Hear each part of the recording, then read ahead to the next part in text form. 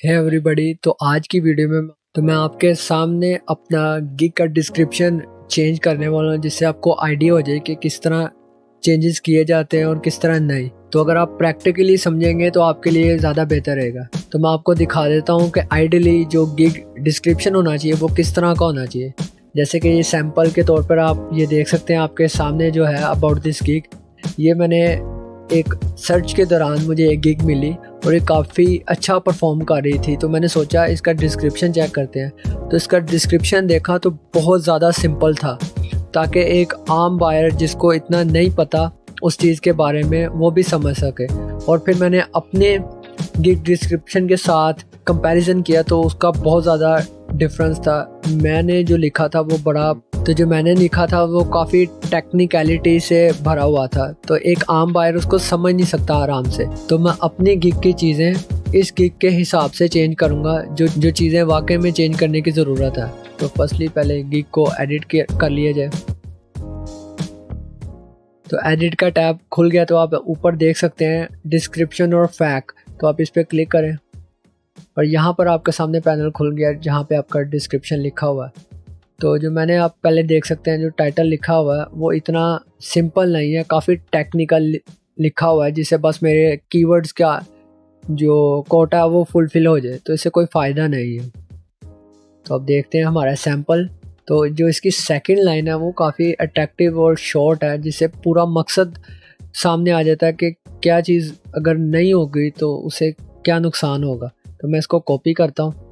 तो आपने सारा नहीं कॉपी करना, आपने उसका आइडिया लेना है और फिर उसको अपने गिग के अंदर इम्प्लीमेंट करना। तो जैसे देख सकते हैं ये मेरे अभी किसी काम का नहीं, तो इसको मैं अभी फ़िलहाल स्पेस दे के अपना जो न्यू है वो पेस्ट करके देखते हैं।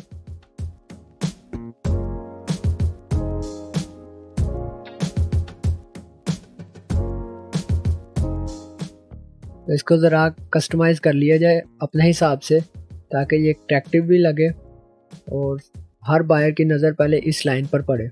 जैसे आप देख सकते हैं जो सेकंड सेक्शन है उसको भी मैंने काफ़ी टेक्निकलिटी से भरा हुआ है और बस पिच कर रहा हूँ ताकि लोग मेरी इस गिग को परचेज़ कर लें। तो ऐसे काम नहीं चलेगा।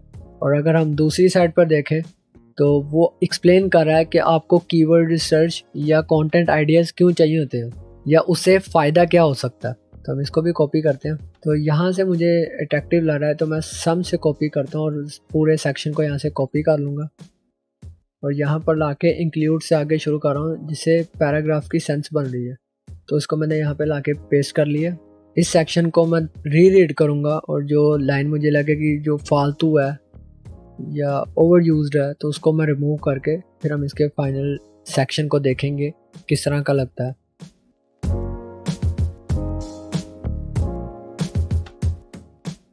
तो जैसे देख सकते हैं मैंने इसको स्मॉल चेंजेस किया और जब ये मेरा पैराग्राफ बन गया और बिल्कुल फिट बैठ रहा है और काफ़ी सिंपल है। तो मैं ऐसे ही आगे चलते हैं। जैसे आप देख सकते हैं यहाँ पर मेरी एक कॉल टू एक्शन वाली लाइन है जो ज़्यादा अट्रैक्टिव है, जो मैं आइडियल गिग डिस्क्रिप्शन यूज़ कर रहा हूँ उससे। तो मैं इसको आराम से इसको इटैलिक में करके इसको भी हाईलाइट कर लूँगा, ताकि और जो विजिटर्स हैं या जो बायर्स हैं वो इस लाइन को पढ़ के समझ भी सकें कि मेरे इस कीवर्ड रिसर्च या टॉपिक रिसर्च से उनके बिज़नेस को क्या फ़ायदा हो सकता है। तो फिर आगे मैंने अगले सेक्शन में बात की है कि इस गिग में आपको मिल क्या रहा है। तो मैं इसको थोड़ा सा एडिट कर लेता हूँ, क्योंकि यही बात मैंने इससे ऊपर वाले सेक्शन में की है तो उसको दोबारा रिपीट करने का कोई फ़ायदा नहीं। तो इसको मैं एडिट करके फिर आगे यहाँ से कंटिन्यू करते हैं।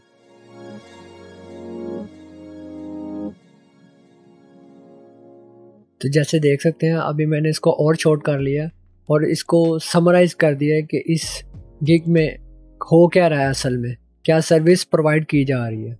तो जैसे देख सकते हैं सिर्फ कीवर्ड का कोटा पूरा करने के लिए तो मैंने उसका जो टाइटल रखा उसमें भी कंटेंट आइडियाज़ रखा है। तो ये इसकी कोई सेंस नहीं बन रही इतना बड़ा टाइटल रखने की। इसी तरह अगर मैं आइडियल गिग देखूं तो उसने माई ऑफर इंक्लूड्स रखा है, जो ज़्यादा शॉर्ट है और जो टॉपिक है या पॉइंट है वो क्लैरिफाई कर रही है। तो मैं इसको यहाँ पर पेस्ट करूँगा। तो देख लें ये शॉर्ट है और ऑन पॉइंट है कि इस गिग में क्या क्या प्रोवाइड किया जा रहा है।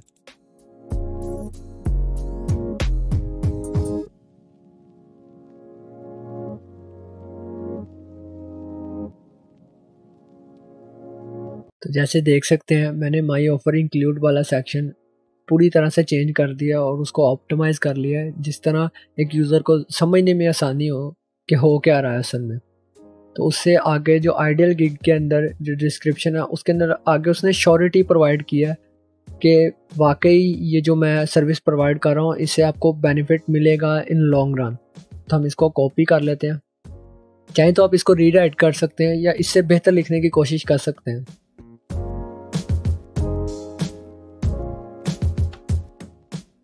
तो जैसे देख सकते हैं इस सेक्शन के अंदर उसने बात की है कि जो मैं आपको आइडियाज़ प्रोवाइड करूँगा तो उससे आपको लीड जनरेशन और मोर मनी जनरेट करने में आसानी होगी आपकी निच साइट के लिए।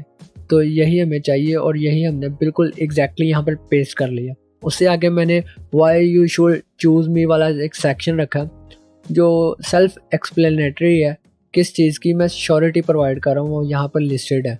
तो उसके बाद फिर से एक कॉल टू एक्शन है कि अगर आपकी कोई और क्वेरीज हैं जो आप पूछना चाह रहे हैं या तो अगर कोई और कस्टम ऑर्डर है तो उसके लिए आप मुझे मैसेज कर लें ताकि मैं आपको जवाब दे सकूं।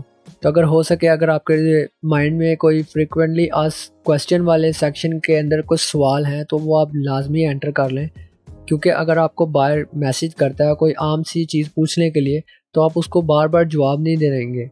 तो आपने सिंपली करना है क्या कि अगर आपको कोई मैसेज आता है तो अगर आपने उसका आंसर पहले ही FAQ वाले सेक्शन में कर लिया है जिसकी full form frequently asked question वाली है, तो अगर उसमें आपने आंसर किया तो आप सीधा उसको वहाँ पर रीडायरेक्ट करें कि आप वहाँ जाके देख लो ताकि आपका टाइम भी बचे और उसको वहीं से आंसर मिले। अगर उसको सेटिस्फेक्शन मिलती है तो वो आपको ऑर्डर कर देगा, नहीं तो वो आपको छोड़ देगा।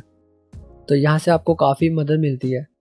तो जैसे मैंने अब अपनी गिग पूरी तरह चेंज कर लिया तो मैं इसको सेव करके आपको चेंजेस दिखा देता हूँ कि पहले क्या थी और अब क्या कर दिया।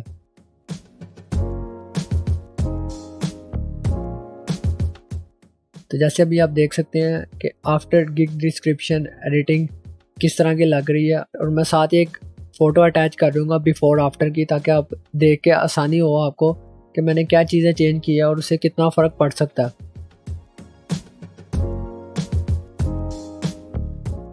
तो आप देख सकते हैं एडिटिंग के बाद हमारा एक जो गिग डिस्क्रिप्शन है वो किस तरह का लग रहा है। तो अब ये काफ़ी ज़्यादा अट्रैक्टिव है क्योंकि इसमें अब कॉल टू एक्शन है, शॉर्ट डिस्क्रिप्शन है और उसके अंदर फिर एक कॉल टू एक्शन है जिससे पता लग रहा है कि इससे स्पेसिफिकली हो क्या रहा है। उसके बाद माई ऑफर इंक्लूड वाला सेक्शन है, फिर श्योरिटी दी जा रही है और उसके बाद वाई यू चूज़ मी वाला एक सेक्शन है और उसके बाद फिर से कॉल टू एक्शन है। तो कॉल टू एक्शन से ये हो रहा होता है कि जो बायर के दिमाग में एक इमेज बन जाती है कि इसको हम अंडर कंसिडरेशन रखें, क्योंकि बार बार कॉल टू एक्शन में यही बात हो रही रहता है कि please message me, please order me. तो ऐसी चीज़ें ही इंक्लूड हो रही होती हैं बार बार कॉल टू एक्शन में। तो इससे बायर के जहन में एक इमेज बन जाती है कि आपको ज़रूर याद रखें। तो जैसे देख सकते हैं अब हमने डिस्क्रिप्शन एडिट कर लिया तो हम अब मूव ऑन करते हैं प्राइसिंग की तरफ। तो इसके जो पैकेजेस में सबसे इम्पोर्टेंट बात है वो इसके प्राइसिंग टाइटल, जैसे कि रिस्पॉन्स, स्टेपल और प्रीमियम। इसी के अंदर बहुत सारी बातें इंक्लूड हैं जो एक बेसिक यूज़र इग्नोर कर देता है। तो रिस्पॉन्स का मतलब एक शॉर्ट आर्टिकल जिसको आप डिफाइन करते हो, कोई भी जैसे हाउ टू या कोई भी नॉर्मल आर्टिकल जो आप गूगल पर सर्च करते हो या आपको वैसे सोशल मीडिया वगैरह पर मिल जाता है। तो रिस्पॉन्स आर्टिकल है, तो यहाँ पे आप रिस्पॉन्स को करके इसको आप और सिंपलाइज करके कोई और टाइटल रख सकते हैं, जैसे 10 आइडियाज़ लिखा है, 40 और 100। तो इसका कोई फ़ायदा नहीं है, तो इससे अच्छा हम कर लेते हैं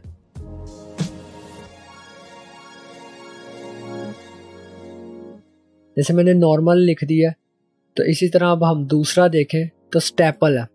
तो स्टेपल का मतलब वो आर्टिकल जो किसी स्पेसिफिक क्वेरी को लेकर लिखे गए हो। तो जैसे आप गूगल में देख सकते हैं what is staple blog post, तो इसके उसने खुद ही डिफाइन कर दिया कि ये एक किसी ख़ास टॉपिक को लेकर 12 से 1500 वर्ड्स के दरमियान की जो पोस्ट होती है उसको स्टेपल पोस्ट कहते हैं। एक वर्ड में उसने पूरी कहानी बताई हुई है।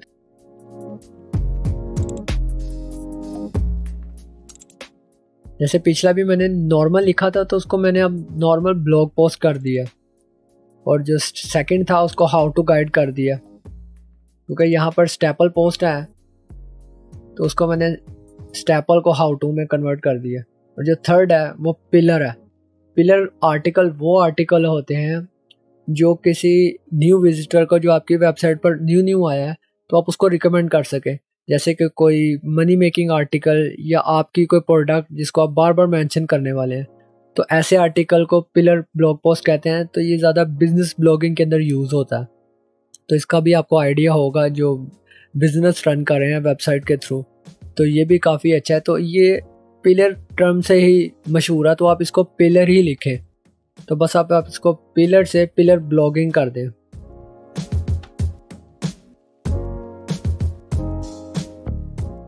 तो अब जिस तरह देख सकते हैं कि इसमें दो जो हैं वो एक नॉर्मल रुकी ब्लॉगर भी समझ सकता है कि नॉर्मल ब्लॉग पोस्ट के आइडियाज़ देगा, या अगर अभी भी नहीं समझ लग रही तो आप इसको और थोड़ा सा लेंथी करके देख लें। जैसे कि मैंने आइडियाज़ भी साथ मेंशन कर दिए। तो इससे अब ये हो गया कि उसको पता होगा जो स्टैंडर्ड जो हमारी गिग का पैकेज है उसमें हाउ टू आइडियाज़ हम ज़्यादा जनरेट करने वाले हैं।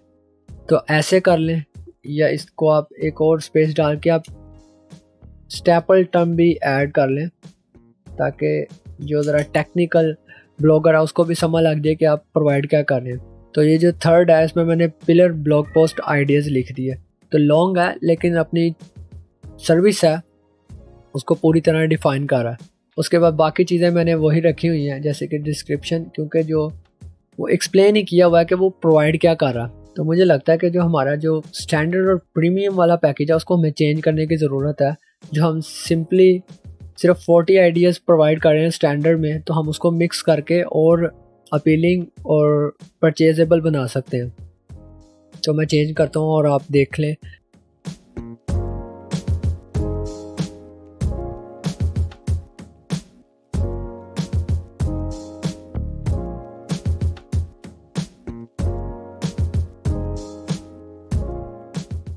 तो जैसे देख सकते हैं इसका जो डिस्क्रिप्शन आया था वो मैंने चेंज कर लिया और उसकी ऑफर्स अपने हिसाब से डिफ़ाइन कर ली है। जैसे कि इधर मैं सिर्फ 10 आइडियाज़ प्रोवाइड कर रहा हूँ, इधर मैंने उसको डिवाइड कर लिया कि 20 नॉर्मल और 20 स्टैंडर्ड वाले पैकेज के। तो इसी तरह प्रीमियम में भी मैंने 20 पिलर और बाकी 40-60 मैंने कर लिया, ताकि बैलेंस भी रहे। और अगर कोई बायर को कोई अपना कस्टम पैकेज चाहिए तो वो भी मैं उसको उसकी रिक्वायरमेंट के हिसाब से पूरा कर सकूँ। तो अब जो डिलीवरी डेट देख सकते हैं हम, वो इसके बेसिक का 3 डेज़, स्टैंडर्ड का 5 डेज़ और प्रीमियम का 7 डेज़ रखा है। ये मैं रिकमेंड करूँगा कि आप अपनी रिसर्च के हिसाब से रखें कि आप कितनी स्पीड से या एक्यूरेसी से काम कर सकते हैं। तो मैं इसको बेसिक वाले पैकेज को 1 डे रखा हुआ है, स्टैंडर्ड को 3 डेज़ और प्रीमियम को 4 डेज़। तो जितना कम डिलीवरी डे रखेंगे तो उससे ये होगा कि आपकी जो पैकेज है या आपकी किक है ज़्यादा परचेजेबल बन जाएगी। तो इसका जो ऑर्डर रेट है वो ज़्यादा हो जाता है। चाहे तो यूज़ कर लें, चाहे तो ना करें।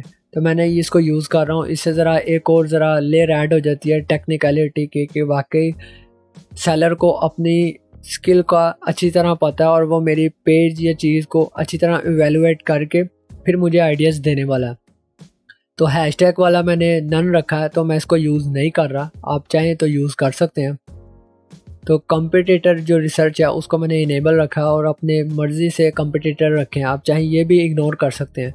तो मैं सोच रहा हूँ इसको चेंज कर लिया जाए, इसको यूज़ ना किया जाए। इससे क्या होगा कि बायर को पहले ही पता लग जाएगा कि कंपटीटर ज़्यादा यूज़ हो रहे हैं या कम यूज़ हो रहे हैं। तो मैं इसको डिसेबल ही रहने देता हूँ। तो डिसेबल के लिए सिर्फ आपको इसको सिलेक्ट पर रखना होता है। तो ये देखें सिलेक्ट, तो इससे ये डिसेबल हो गया।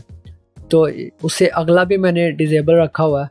और एक्शन प्लान जो है वो आप यूज़ कर सकते हैं या तो इसको भी छोड़ सकते हैं। तो मैंने इसको यूज़ करना है। और जो आखिरी चीज़ है वो प्राइसिंग है। इसको भी आप, अगर आप न्यू भी हैं तो आपको मैं यही रिकमेंड करूँगा कि आप जितनी हो सके प्राइस कम ही रखें तो ही बेहतर है। तो जैसे कि मैंने अपनी मर्ज़ी से प्राइस रखी है कि जो बेसिक है वो $5 के अंदर हो जाना चाहिए, सेकंड 25, और जो प्रीमियम है उसको वाकई प्रीमियम बनाने के लिए मैंने $100 रखे हैं। और उसमें कुछ मैं ज़रा एक्स्ट्रा मिल जाने की कोशिश करूँगा ताकि $100 अच्छी तरह डिफ़ाइन हो सके कि वाकई में $100 किसी वर्थ इट थे। तो आप चाहें तो एक्स्ट्रा भी रख सकते हैं। तो मैंने एक्स्ट्रा यूज़ किया है ताकि अगर और फास्ट डिलीवरी चाहिए बायर को तो वो परचेज़ कर सके। तो जिस तरह आप देख सकते हैं मैंने बेसिक को, जाहिर सी बात है 1 डे है तो उसका मैं आपको ज़्यादा फास्ट डिलीवरी नहीं कर सकता, लेकिन स्टैंडर्ड और प्रीमियम के अंदर जो 1 डे की डिलीवरी है उसके लिए मैंने अपने कस्टम डॉलर चार्ज किए हुए हैं, तो आप भी चार्ज कर सकते हैं। अब इसको सेव करते हैं और देखते हैं और कितनी ऑप्टिमाइज हुई है हमारी गीग अभी तक। तो जैसे भी आप देख सकते हैं कि जिस राइट हैंड साइड पर हमारे जो पैकेजेस हैं वो नज़र आ रहे हैं।